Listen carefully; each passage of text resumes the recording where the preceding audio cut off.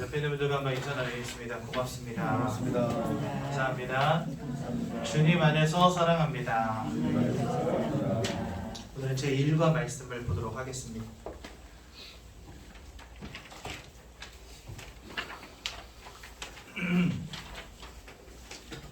창세기 1장 27절과 28절 말씀을 보겠습니다. 창세기는 성경책 맨 앞에 있는 책입니다. 맨 앞을 보시면 되겠고요. 1장 27절, 28절 두 절 말씀은 목소리로 함께 보도록 하겠습니다. 창세기 1장 27절과 28절 말씀.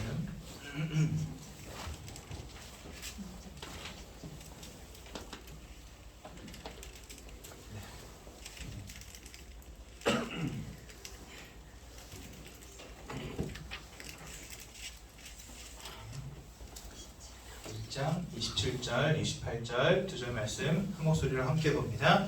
하나님이 자기 형상 곧 하나님의 형상대로 사람을 창조하시되 남자와 여자를 창조하시고 하나님이 그들에게 복을 주시며 하나님이 그들에게 이르시되 생육하고 땅에 충만하라 땅을 정복하라 바다의 물고기와 하늘의 새와 땅에 움직이는 모든 생물을 다스리라 하시니라. 아멘. 제가 고등학교 2학년 때 일입니다. 제 친구 중에 하나가 저한테 그런 얘기를 하는 거예요. 야, 감사야. 우리 동네에 어떤 무속인 아줌마가 자기한테 그런 얘기를 했대요. 자기한테 들어온 귀신이 이제 힘이 세면 자기보다 약한 귀신 들린 사람한테서 귀신을 쫓아낼 수 있다. 이런 얘기를 하더래요. 무속인이. 그래서 그 말은 사실 맞는 말이거든요. 맞는 말인데 제가 이제 이 친구를 붙잡아 앉혀놓고 이야기했습니다. 그거 맞는 말인데 사실 귀신은 다 한 통속이고 그 다음에 성경에 보니까 사단의 졸개라고 되어 있다. 그러니까 그게 다 짜고 치는 고스톱이다 이렇게 이야기하면서 이제 복음을 전하고 이 친구가 예수를 영접하게 됐고 지금은 이제 서울의 한 교회 목사님으로 있더라고요. 오랫동안 연락을 안 하고 지냈는데 목사님이 되셨더라고요. 그랬는데 오늘 그 친구가 했던 말을 한번 여러분들과 잠깐 나눠보고자 합니다. 이 무속인이 신을 봤는데 뭐 이 귀신들도 다 힘이 세고 힘이 약하고 뭐 좀 등급이 있고 그런 것 같아요. 그래서 여러분들 무속인들 보면 이게 대나무 이렇게 꽂아 놓는데 그 중에 보면은 태극기 달려 있는 집이 있어요. 보통 흰색, 빨간색 깃발만 다는데 이 무속인들 가운데 태극기 달아놓은 집들이 있거든요. 그 집들은 뭐냐면 이제 당군신 이런 아주 강력한 신을 모신 집들입니다. 그런데 가면요 세요. 그래가지고 저도 가서 이제 그런데 가서 이제 복음도 전하고 했는데 거기 들어갔다 나오면 막 뒤통수에 대고 소금이고 팥이고 막 뿌려요. 에이 재수없는 것들 이러면서 죄송합니다. 그러니까 이게 뭔가 우리가 모르는 등급 이런 게 있는 것 같아요. 근데 그러다 보니까 내가 좀 센 귀신을 몸에 받았다. 그러면은요. 뭐 모든 병이 귀신 때문에 오는 것은 절대 아니지만 분명히 귀신의 역사 속에 아픈 사람들이 있습니다. 이 땅에. 그러니까 예를 들자면 병원에 갔는데 병명이 안 나오고 약을 먹어도 낫지 않고 분명히 뭐 CT도 촬영해보고 MRI도 촬영해보고 뭐 한방 양방 다 해봤는데 나는 아파 죽겠는데 병원에서 검사해보면 아무것도 없는 거예요. 뭐 아플 이유가 없는 거예요. 이런 것을 우리가 이름 모를 병이라 하거든요. 흔히들 뭐라고 하냐면 신병이라고도 하고 귀신의 역사로 인해서 오는 병들이 질병들이 있다는 겁니다. 근데 이런 사람들 어디 가면 낫냐? 용한 무당집 찾아가면 낫습니다. 어떻게 하면 낫냐? 구슬하는 거예요. 그리고 여러분들 TV나 이런 데 보면은 막 퇴마의식 하는 이런 사람들이 있잖아요. 그런 사람들은 다 어떤 귀신의 역사 속에 일하는 사람들이라고 보시면 돼요. 그래서 이런 퇴마의식이라는 거 하면은 진짜 사람에게서부터 귀신이 나가는 일들이 벌어지곤 합니다. 그런데 마태복음 12장에는 어떤 말씀이 나오냐면 귀신이 사람 몸에 있다가 나갔어요. 그럼 귀신이 사람 몸에 이렇게 사람을 붙잡고 있었는데 이게 빠져나갔다. 그러면 좋은 일이잖아요. 그렇죠? 좋은 일이잖아요. 그것은요. 그런데 나중에 이 귀신이 머물 곳이 없어서 돌아다니다가 다시 그 나갔던 집에 왔더니 이제 귀신이 이제까지는 그 인생을 휘어잡고 뭐 엉망진창으로 만들어 놨었는데 어떤 테마 의식이나 그 다음에 굿 이런 걸 통해서 이 귀신이 나오게 됐단 말이에요. 그 다시 가보니까 깨끗하게 청소된 집으로 바뀌어 있는 거예요. 그리고 아직 아무도 안 들어와 있어. 그러니까 이 귀신이 어떻게 하냐? 또 다른 7 귀신을 데리고 들어오게 되었다. 성경이 이렇게 말씀하고 있어요. 마태복음 12장 38절에 45절. 그래서 성경 뭐라 말씀하시냐? 그 사람의 지금이 이전보다 더 심하게 되었더라. 이렇게 말씀하고 있습니다. 즉 세상에서 여러분들 구하는 이런 표적들, 예를 들어서 뭐 굿을 통해 혹은 테마 의식을 통해 뭐 이런 일들을 통해서 귀신을 쫓아내고 사람의 병을 고치고 하는 이런 일들을 많은 종교 단체에서 하고 있어요. 그런데 여러분, 그것은 어떤 청소하는 의미는 되겠지만 그 집을 인생의 참 주인 되신 하나님으로 채우는 일이 아니기 때문에 나중에 그 상태가 더 중하게 바뀌어지는 거예요. 그래서 여러분, 사람이 점집을 찾아다니면서 굿을 계속 하게 되잖아요. 그러면 처음엔 싼 거 하지만 나중에 점점 비싼 거 해야 됩니다. 이게 뭘 의미하는 거예요? 여러분들의 인생의 문제와 위기와 환란이 더하여진다는 겁니다. 성경에 있는 말씀이 그대로 만든 거 있죠.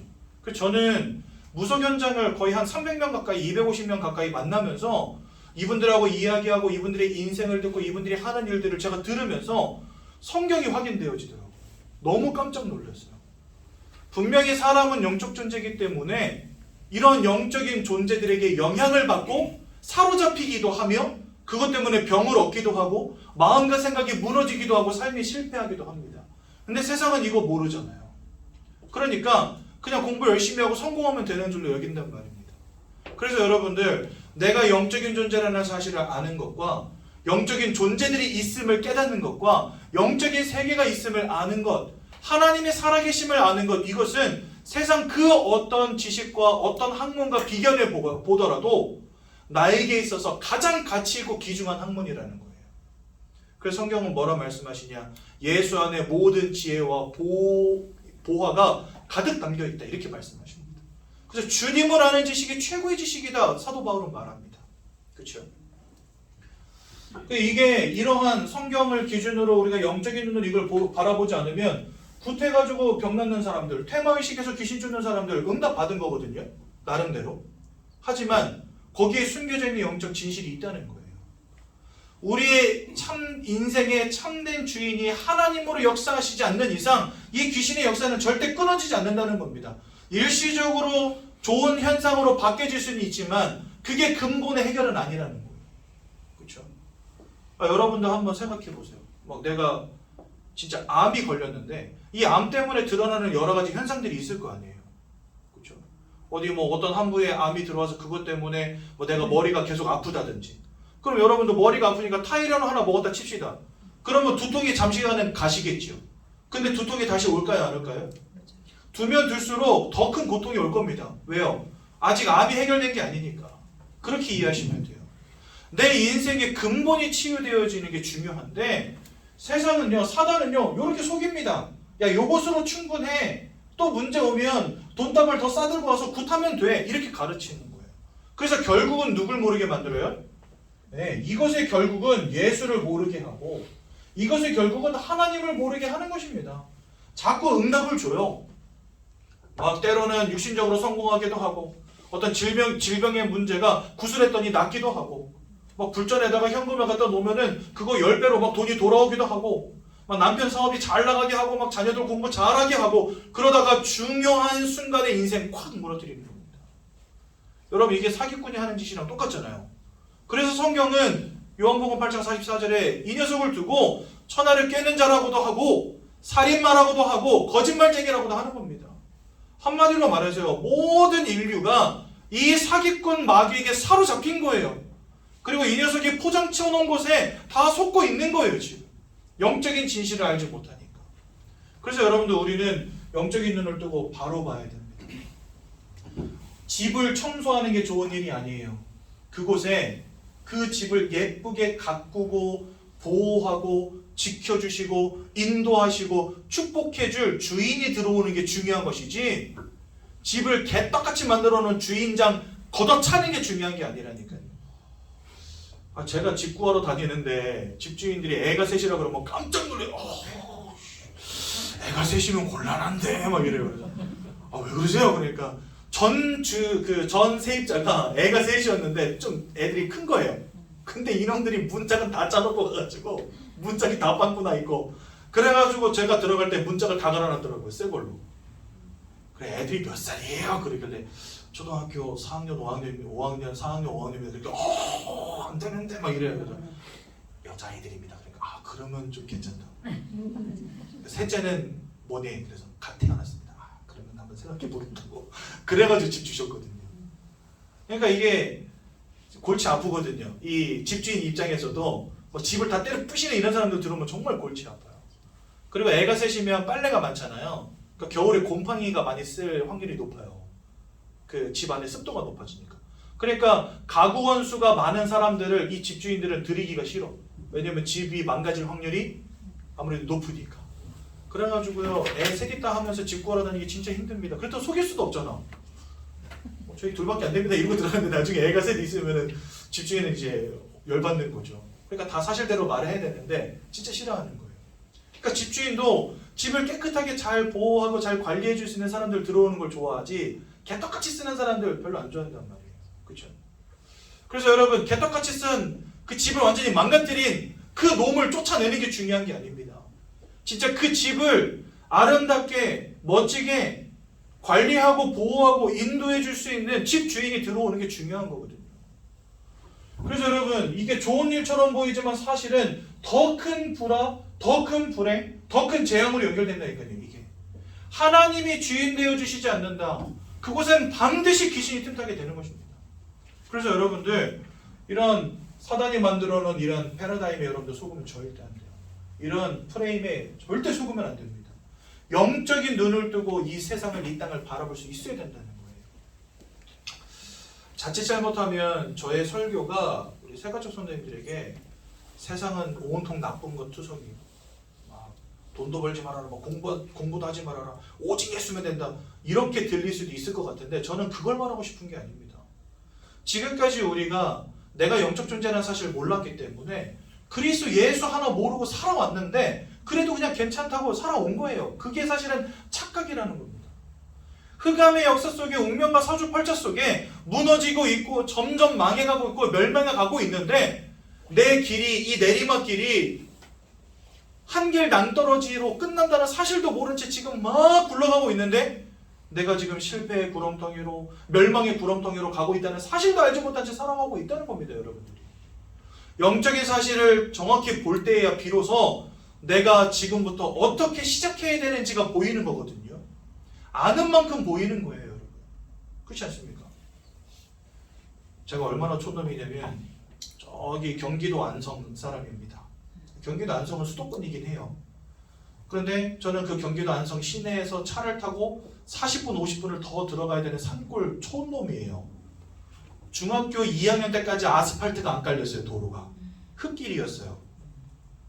그리고 버스가 하루에 한 번 들어오는 그런 동네였어요.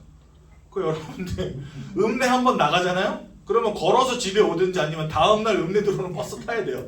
여관에서 하룻밤 자고. 그러니까 그런 깡촌에 살았거든요. 그렇게 살다가 제가 처음으로 25살 때까지 그 안성에서 살다가 깡촌에서 살다가 처음으로 필리핀을 간 겁니다. 해외를 간 거죠. 필리핀에 갔더니 기가 막힌 커피숍이 있는 거예요. 이름하여 스타벅스. 그래서 들어가가지고 제가 깜짝 놀랐어요. 야 이런 게 있냐. 저는 다방 이런 것만 보거든요.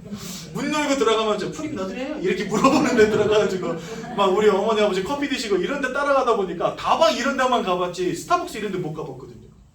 근데 와 필리핀 와봤더니 스타벅스 있는 거예요. 그래서 야 기가 막히네. 그래서 우리 한국 친구들과 같이 가가지고 이제 커피 마시면서 제가 진짜 촌티를 낸 거예요. 어떤 촌티를? 야 우리나라는 이거 없더라.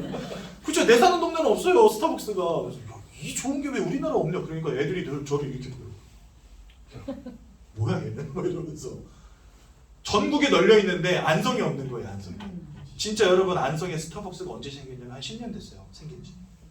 그러니까 제가 필리핀 가기 전까지는 안성에 스타벅스가 없었던 거예요. 아는 만큼 보이는 겁니다. 제 눈에는 한국에 스타벅스가 없는 거예요. 그렇죠? 여러분들 빨리 영적 진실을 보실 수 있어야 됩니다. 왜 제가 맨날 똑같은 얘기를 강조하고 또 강조하냐? 여러분 평생 이거 몰랐기 때문에 알 수 없는 문제, 원치 않는 실패 속에 산 겁니다. 그렇죠? 그래서 돈 벌지 말라는 말도 아니고 공부하지 마시라는 말도 아닙니다. 돈 많이 버십시오. 공부도 열심히 하십시오. 성공도 하십시오. 하지만 이러한 영적인 사실을 분명히 알고 내 인생의 주님이 주인 되어주시는 축복 가운데 살아가야 된다는 거예요. 그게 내가 승리하고 성공하는 유일한 방법임을 기억하시라는 겁니다. 세상에 영원한 거 아무것도 없죠. 임금들도 다 사라지고 나폴레옹 얼마나 뛰어난 인물입니까? 하지만 저는 그 사람 얼굴도 몰라요. 그렇죠? 그 사람이 얼마나 땅덩어리를 많이 넓혔었습니까? 그 제국 사라졌어요. 그렇지 않습니까? 알렉산더 대왕 뭐 대단하지요? 사라졌어요. 제국도 사라지고 사람도 사라지고 영웅도 사라지고 다 사라집니다. 하지만 하나님의 말씀은 영영이 있으리라. 여러분 영원한 거 붙잡으셔야 됩니다. 이 땅에 돈도 성공도 결국은 나에게 있을 수도 있고 없을 수도 있는 것들. 여러분들의 인생을 보장할 능력이 전혀 없습니다. 이것들은요. 더 중요한 것, 여러분들의 인생과 성공과 이런 모든 것들을 이 사단이라고 하는 녀석이요 쥐락펴락 할 수 있다니까요. 운명과 사주팔자에 사로잡혀 있는 이상. 그래서 우리는요 사단의 권세에서 빠져나오고 운명과 사주팔자와 상관이 없는 인생으로 바뀌어지고 하나님이 주인 되어주신 인생으로 바뀌어져야 된다는 겁니다. 그 속에서 여러분들 사랑도 하시고 성공도 하시고 돈도 버십시오. 이거를 이해를 못해요. 근데 세상 사람들이 뭔 예수를 말씀하시죠. 어리석은 자는 그 마음에 이르기를 하나님이 없다 하는도다. 내 명철과 지혜를 의지하지 말라 성경 말씀하십니다. 왜요? 우리는 이러한 사단이 만들어놓은 프레임에 갇혀있기 때문에. 고린도서 4장 4절에 사단 마귀가 사람들의 눈을 가리웠고 마음을 가리워서 예수 그리스도의 영광의 광채를 보지 못하게 만들었다 이렇게 되어 있어요. 가장 중요한 영적인 사실들 보지 못하게 만들어 놓은 겁니다. 그러니 여러분 참 안타깝고 통탄할 일이고, 그래서 제가 복음 전할 때마다 저도 모르게 흥분해요. 너무 중요한 건데 어떤 분들은 이것을 너무나 가치 없는 것으로 여기고. 그래서 저는 성경은 이렇게 말씀하시거든요. 돼지 목에다가 진주 목걸이를 걸어주지 않는다 이렇게 말씀하세요. 그래서 저는 이것을 되게 가치 없게 여기고 진짜 별 이상한 소리를 다 하네 이렇게 여기시는 분들에게는요 죄송하지만 복음 다 전해드리지 않습니다. 저는요 가치 있는 것을 아무에게나 막 퍼주지 않아요. 진짜 사모하는 분들 찾습니다. 예전에 뭐 어떤 청년 딱 만나가지고 저희 교회 성도님 소개로 만난 청년이었어요. 교회에서 잠깐 보자 해가지고 만났거든요. 근데 제가 원래 인간을 하고 우리가 영적 존재이기 때문에 하나님을 아는 인생이 돼야 됩니다. 이 얘기 딱 하니까 이분이 얼굴 표정이 이러더라고요. 저 진짜 기분 너무 나빴어요. 나는 그것 때문에 평생을 이거 하겠다고 내 인생을 들인 사람인데 이 사람은 그것을 너무 가치 없게 여기는 거예요. 아니 여러분 아무리 내가 생각해도 가치 없다 하더라도 상대방을 존중해 줄 수는 있잖아요. 근데 이 사람은 그런 매너조차 없어. 그래서 제가 그 표정 딱 보자마자 그냥 오늘은 더 이상 나눌 이유가 없을 것 같네요. 제가 이렇게 이야기했어요. 그냥.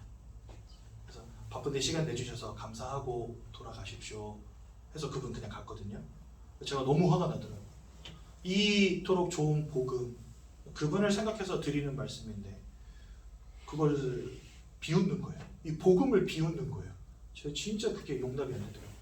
그래서 그 성도님께 전화드렸어요. 사실 제가 이렇게 만나서 한 5분 대화했는데 이분이 너무 이제 이것을 들을 준비가 안 되신 것 같다. 그래가지고 제가 죄송하지만 그냥 돌려보냈습니다. 이렇게 말씀드렸거든요. 여러분 늘 듣는 이야기 같고 매주 듣는 이야기지만 여기에 생명 건 사람이 전해주는 이야기라 생각하면 들어보십시오. 이거 모르면 우리 늘 무너져야 됩니다. 또 실패해야 됩니다. 세상은 아름다워 보이지만 그 배후에 사단이 역사한다는 거예요. 그래서 여러분들 영적인 사실을 아셔야 됩니다. 오늘은 이제 일과 창조 원리, 원래 인간인데요. 이거는 뭐 제가 복음 구원에게 설명하면서 같이 곁들여서 설명하도록 하겠습니다. 맨 처음에 늘 설명하는 부분은 하나님께서 사람을 창조하셨습니다. 그게 창세기 1장 27절에 나옵니다. 28절도 말씀하십니다. 창세기 1장 27절에 하나님의 형상대로 사람을 창조하시니라 이렇게 말씀을 하십니다. 즉 여러분들은 다른 피조물들과 다르게 하나님을 닮은 영적 존재라는 겁니다. 하나님이 영이시기 때문에 우리가 영적 존재예요. 그리고 하나님의 어떤 성품, 하나님의 이런 잘 나옵니다. 잘 나와요. 하나님의 성품 이런 것들을 닮은 유일한 존재가 누구냐? 바로 사람이라는 거예요. 그렇다면 하나님이 왜 이렇게 우리를 영적 존재로 만드셨냐? 그 이유가 뭐냐면 그게 바로 하나님 이 땅을 창조하실 때 가지고 계셨던 원리입니다. 우리에게 피조물들을 지으시고 그 피조물들에게 절대적 원리를 주셨어요. 여러분 여기에서 중요한 키는 뭐냐면 이 원리를 내 스스로 찾는 게 아니에요. 하나님이 나에게 처음부터 주신 원리가 뭔지를 아는 게 중요하다는 겁니다. 그렇죠? 예를 들어서 물고기는요 물을 떠나 살 수 없습니다. 그렇죠? 또 나무는 땅에다 뿌리 내려야 됩니다. 그 뿌리가 뽑힌 나무 살 수 없죠. 새는요 저 하늘을 날아다녀야 됩니다. 날개 꺾인 새는 살 수가 없는 거예요. 더 이상. 이렇게 하나님은 피조물들을 지으실 때 그 피조물들이 생육하고 번성하며 땅에 충만해지며 모든 것을 정복하고 다스리고 살아갈 수 있는 그런 원리를 하나씩 주셨다는 겁니다. 그러니까 여러분들 사람들이 아무리 난다 긴다 하더라도 저 새들이 하늘을 장악한 것처럼 우리가 하늘을 장악할 수 있습니까? 안 돼요. 그러니까 새는요 생육하고 번성하면서 하늘을 장악해버렸어요. 얘네들은 그 연봉도 없습니다. 가고 싶은 대로 가 그냥. 그게 장악이지 뭐가 장악이에요. 우리는 비행기 한번 띄우면 어떻게 됩니까? 예를 들어서 군사 분계선 그 북한 영공으로 들어갔다 그럼 미사일 맞습니다. 그렇지 않아요? 근데 새는요 철새들은 뭐 북으로 갔다 남으로 갔다 뭐 동으로 갔다 서로 갔다 지들 가고 싶은 대로 가도 돼. 그게 정복한 겁니다. 그러니까 이 원리 가운데 있으면은요 그 속에서 생육하고 번성하고 정복하고 충만해지는 응답이 오는 거예요. 28절에 우리에게 뭐라고 말씀하셨냐? 하나님의 형상대로 창조되어서 이 땅에 생육하고 번성하고 모든 것을 다스리고 정복하는 축복을 하나님 주셨다니까요. 그게 뭐냐? 절대적 원리 속에 있을 때 하나님과 함께하는 축복 속에 있을 때 우리 인생이 축복되고 행복하다는 겁니다. 무슨 말인지 이해가 되시죠? 그래서 사람에게 그러한 축복을 누릴 이 절대적 원리로 주신 게 뭐냐? 바로 하나님을 알고 하나님과 함께하는 거라는 거예요. 이건 내가 찾는 게 아니고 하나님이 처음부터 이렇게 여러분들에게 주신 겁니다. 그래서 절대적으로 바뀌지 않아요. 이것은요. 세월이 간다고 바뀌어지는 게 아니에요. 원래부터도 그랬고 이 땅이 끝나는 날까지도 그럴 것입니다. 하나님이 정하신 것이기 때문에. 그래서 여러분들 이 영적인 원리를 알고 하나님을 바라보는 인생이 축복받는 거예요. 이런 절대적인 원리 속에 하나님 우리를 살게 하신 것입니다. 그런데 이 절대적인 원리가 깨어지는 아주 심각한 근본적 문제가 벌어지게 됩니다. 이게 왜 벌어지게 되었냐? 하나님을 대적하여 타락한 영적 존재가 있다고 성경 말씀하세요. 그 녀석이 바로 사단입니다. 그리고 이 사단을 따르는 무리들을 귀신이라고 성경 말씀하십니다. 이 녀석이 첫사람 아담과 하와를 속여서 원죄를 범하게 만들어버리고 그 결과로 하나님을 떠나는 문제 속에 빠지게 만들어버립니다. 물고기가 물을 잃어버리는 게 곧 사망입니다. 그렇죠? 나무가 땅에서 뿌리 뽑힌 게 사망입니다. 새가 하늘을 잃어버리는 거 그게 사망입니다. 사람이 하나님을 알지 못하고 하나님을 잃어버리는 게 사망입니다. 그래서 제가 지난 시간에 세 가지 죽음 말씀드렸잖아요. 여러분들한테. 하나님을 잃어버린 결과로 육신의 사망이 오게 되었고, 그렇죠? 그 다음에 운명과 사주팔자에 사로잡힌 영적 사망이 오게 되었고, 또 세 번째 사망은 무슨 사망이었죠? 영원히 불지옥에서 형벌을 당할 수밖에 없는 영원한 사망이 오게 되었다. 이 세 가지 사망 속에 우리 인생이 빠지게 된 겁니다. 언제부터요? 이 절대적인 원리를 잃어버린 순간부터.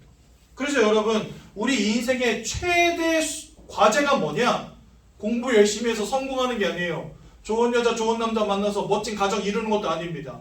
그것도 굉장히 중요한 일들이긴 하지만 여러분들 인생에 있어서 반드시 해결하지 않으면 안 되는 이 숙제가 뭐냐? 하나님을 떠나버린 이 문제를 해결해야 돼요. 그럼 여러분, 제가 여러분들에게 묻겠습니다. 어떻게 해결하실랍니까? 눈에 보이지 않는 하나님 어떻게 만나실랍니까? 또 여러분들의 인생을 사로잡은 이 사단의 권세 어떻게 이기시겠습니까? 여러분들은 어떻게 운명과 사주팔자의 문제를 해결하시겠습니까? 방법이 없는 거예요. 방법이에요. 이 땅에. 그러니 모든 사람들이 속수무책으로 인생의 6가지 문제 가운데 빠져 살아가는 겁니다.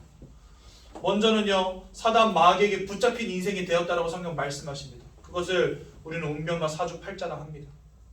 내 인생을 쥐락펴락하는 존재가 있다는 거예요. 여러분들의 인생을 실패시키고 무너뜨리는 존재가 있다는 거예요. 여러분들로부터 축복을 빼앗아가고, 여러분들로부터 경제를 빼앗아가고, 건강을 빼앗아가고, 여러분들의 자녀를 실패시키는 존재가 있다는 거예요. 내가 남편 잘못 만난 것도 아니고 내가 인생을 헛살아서가 아닙니다. 나는 최선을 다하고 열심을 다하는데 내가 원치 않는 문제가 올 수밖에 없는 영적 상태 속에 빠져버린 거예요. 여러분, 이 속에 여러분들 지금까지 산 겁니다. 안타깝게도. 그러면서 뭐 했냐? 이 사단은요, 원하는 게 딱 한 가지밖에 없습니다. 자기가 하나님 되는 거예요. 그래서 하나님을 찬양하게 하시려고, 하나님을 예배하게 하시려고 만든 사람들의 그 찬송과 영광을 자기가 가로채기를 원해요. 그래서 곳곳에다가 심어놓은 게 뭐냐? 우상입니다. 깎아놓고 빌게 만드는 거예요. 차려놓고 절하게 만드는 거예요. 그리고 그 배후에 앉아가지고 지가 그 찬송과 영광을 다 받아먹는 거예요. 하나님을 찬양하고 하나님을 예배하고 하나님께 영광 돌려야 될 인생들이 이제는요, 귀신 섬기는 인생으로 전락하게 된 겁니다. 그 증거가 뭐냐? 고린도전서 10장 20절에 보니까 이방인들이 하는 제사는 귀신과 교제하는 것이니라. 성경 우리에게 답을 주신다니까요. 맞아요. 깎아놓고 절하고 차려놓고 빌고 하는 이 모든 행위들이 하나님께 영광, 하나님께 찬송 올려드리는 게 아니라 귀신과 교제하는 거래요. 그래, 여러분 생각해 보십시오. 사단 마귀는 운명과 사주팔자로 우리 인생을 완전히 사로잡아서 실패의 구름덩이로 맨날 밀어넣고 있는데 이 녀석을 따르는 귀신들과 우리는 교제하고 있는 거예요. 우상숭배함으로 불행과 저주를 막을 줄 알았는데 사실은 더 큰 불행과 더 큰 저주가 올 수밖에 없는 일을 우리는 지금까지 해온 겁니다. 아까 말씀드렸죠? 붓이나 테마 이런 것을 통해서 귀신을 쫓아내면 나중에 다른 7 귀신을 데리고 들어오게 된다고요. 그래서 이 사람의 나중이 지금부터 더 중간이라 성경이 이렇게 말씀하신다니까요. 우상숭배 하면 할수록 망해가는 겁니다. 인생이. 불행을 막아주는 게 아니라 인생을 무너뜨리는 겁니다. 우상숭배. 저는 여기에 한이 있는 사람이에요. 우리 집이 종갓집인데다가 1년에 막 수업 시간이 제사 지내고 할머니 맨날 무당들 불러다가 푸닥거리하고 막 스님 불러다가 고사 지내고 이런 거를 어렸을 때부터 늘 보고 자랐어요. 할머니 맨날 목탁도 좀 끼시고 막 천수경 나하 막 이러면서 막 아침마다 외우고 저는 그 소리에 잠에 깼다니까요. 어렸을 때부터 굉장히 심각한 영적 문제가 왔었어요. 막 악몽을 꾸기도 하고 가위에 눌리기도 하고 작은 아버지들 막 다 이혼하고 사촌 동생들 막 기형으로 태어나고 제 바로 밑에 사촌 동생은 아직도 팔이 이렇게 굽어 있어요. 여자인데. 그리고 오른팔은 길이가 이만큼인데 왼팔은 이만해요. 덜 자란 거예요. 얼굴이 이만한 몽고 반점까지 있었거든요. 근데 그거는 수술을 어찌어찌 해가지고 많이 지워서 지금은 희미해졌는데 여자애가 몽고 반점에 팔이 이렇게 됐으니 그거 어떻게 됩니까 그거? 걔 밑에 동생은 눈이 사시예요 한쪽이. 분명히 나를 보고 있는데 이쪽 눈은 저쪽을 보고 있어. 내가 어느 눈을 보고 대화해야 될지 모르겠어요. 얘가 오면은요. 저 눈을 보고 대화해야 되는지 이 눈을 보고 대화해야 되는지 제가 웃으면서 이야기하지만 이 가문의 저주 아닙니다. 하면 할수록 망하는 거예요. 저희 할머니가 오죽하면요. 예수 영접하는 날 승복을 태워버리셨어. 여러분 번개 맞아 죽은 대추나무로 만든 그때 당시 500만 원짜리 목탁을요. 그냥 불로 태워버렸다니까요. 이거 백날 해봐도 안 된다. 결론 내리시고 다 태워버렸어요. 그러니 여러분 이렇습니다. 사단의 역사 가운데 살아간다는 게 이렇게 끔찍한 거예요. 저희 어머니, 아버님 또 우리 아버님 형제분들 다 사람들 착합니다. 누구한테 해코지 하나 못하는 사람들이에요. 진짜 열심히 사는 죄밖에 없어. 근데 인생이 안 돼. 막 다 무너져. 저는요 여기에 대한 한이 있는 사람입니다. 진짜. 그러니 그 마음과 생각이 여러분 온전하겠습니까? 인생은 자꾸 무너지는데 부여잡으려고 해도 막 그 모래로 움켜쥐고 물을 움켜쥐는 것처럼 내 손에서부터 축복이, 자녀가, 건강이, 경제가, 남편이 막 흘러내려가는데 이거 부여잡는다고 잡아집니까? 안 되는 거예요. 그러니 마음과 생각이 무너질 수밖에요, 여러분. 그렇지 않습니까?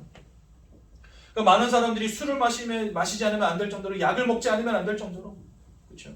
불면증에 시달리고 악몽에 시달리고 심한 경우에는 뭐 환청이 들리기도 하고 환상이 보이기도 하고 귀신이 보이기도 하고 사람들의 인생이 막 곤두박질 치는데 답이 없는 거예요.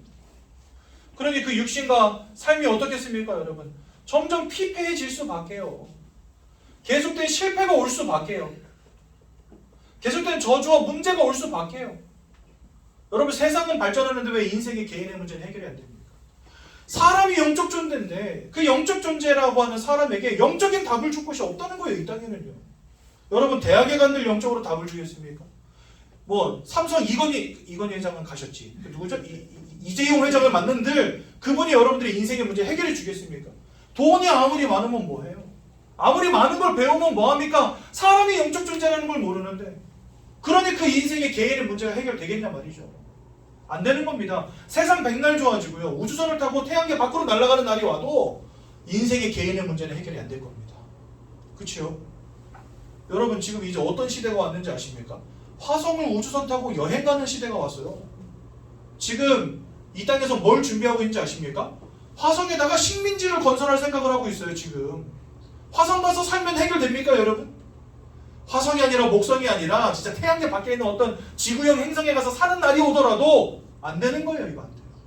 내가 영적 존재라는 사실을 발견하고 예수 만나지 않으면 해결되어지지 않는 문제 속에 있는 거예요. 지금 이렇게 살다가 나중에 죽어서는 히브리서 9장 27절에 보니까 사람이 한 번 죽는 것은 정하신 것이요 그 이후에는 심판이 있다 말씀하십니다. 즉 지옥으로 던져지는 겁니다. 하나님을 알지 못하는 인생.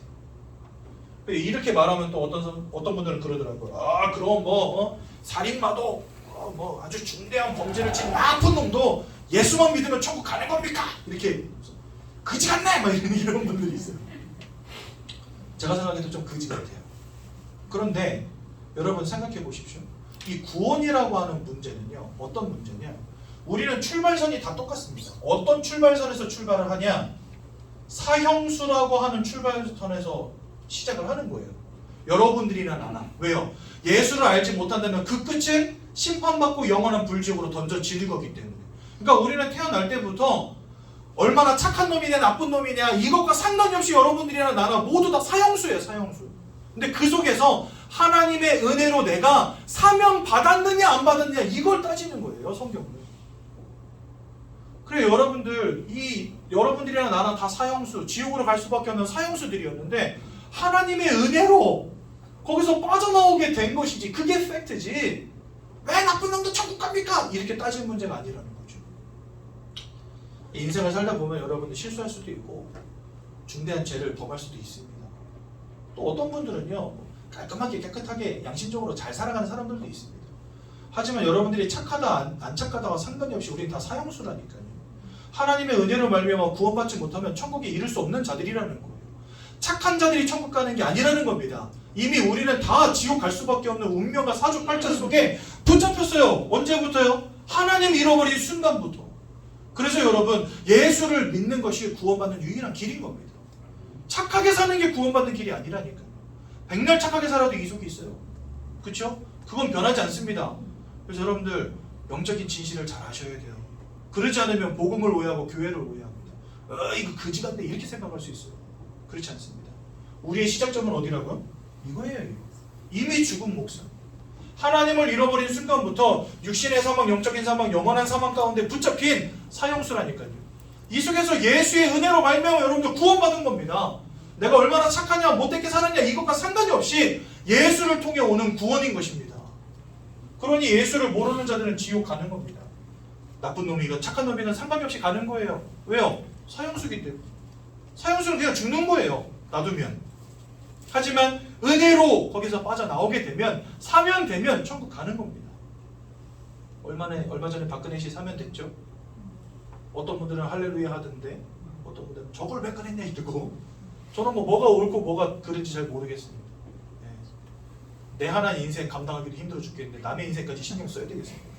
박근혜 씨 사면됐으면 그럼 사면됐나 보다 이러고 저는 그냥 흘려보냅니다. 그렇게 사면되면 감옥에서 나오는 거예요. 그죠? 그런 의미로 보셔야 됩니다. 구원이라고 하는 거. 내가 지금 사형수, 결국은 지옥 불구덩이 속에 형벌 속에 갇힐 수밖에 없는 인생. 사단에게 붙잡혀서 이렇게 고통당하며 문제 당할 수밖에 없는 인생이었는데 예수를 믿는 순간 여기서 빠져나온다는 게 중요한 거예요. 여러분.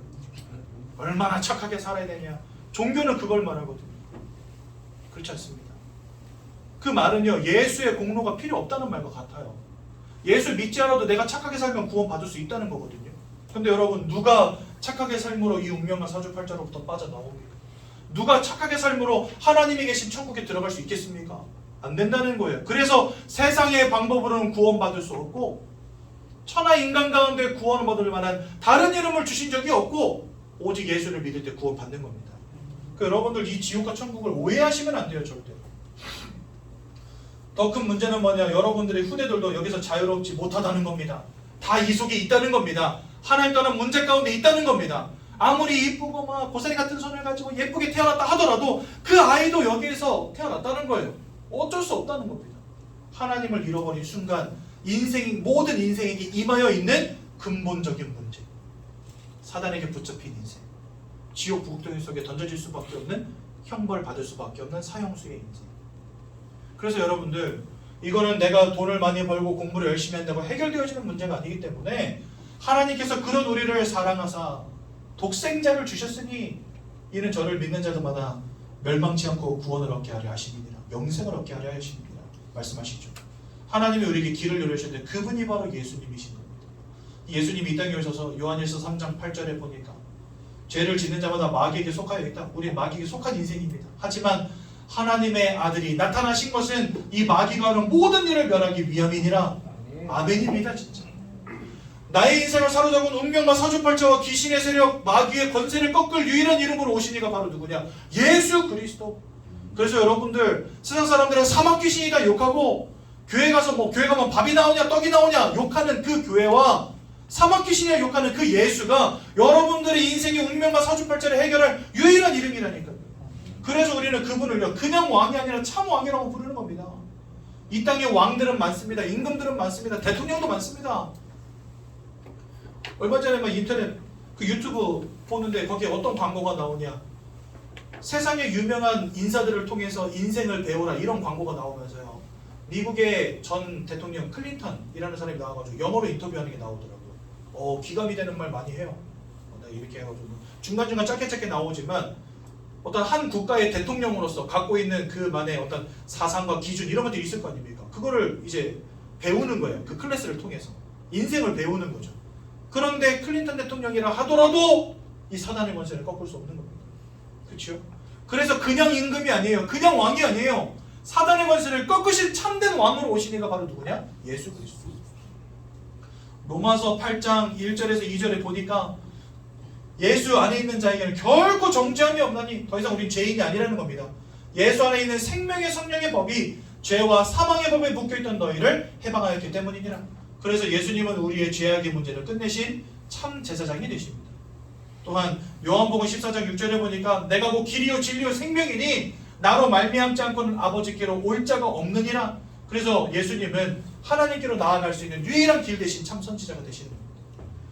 이 예수가 2000년 전에 이 땅에 오셨어요. 바로 어제가 그날이죠. 크리스마스 12월 25일. 근데 여러분, 사실 12월 25일이 정확히 예수님 오신 날은 아닙니다.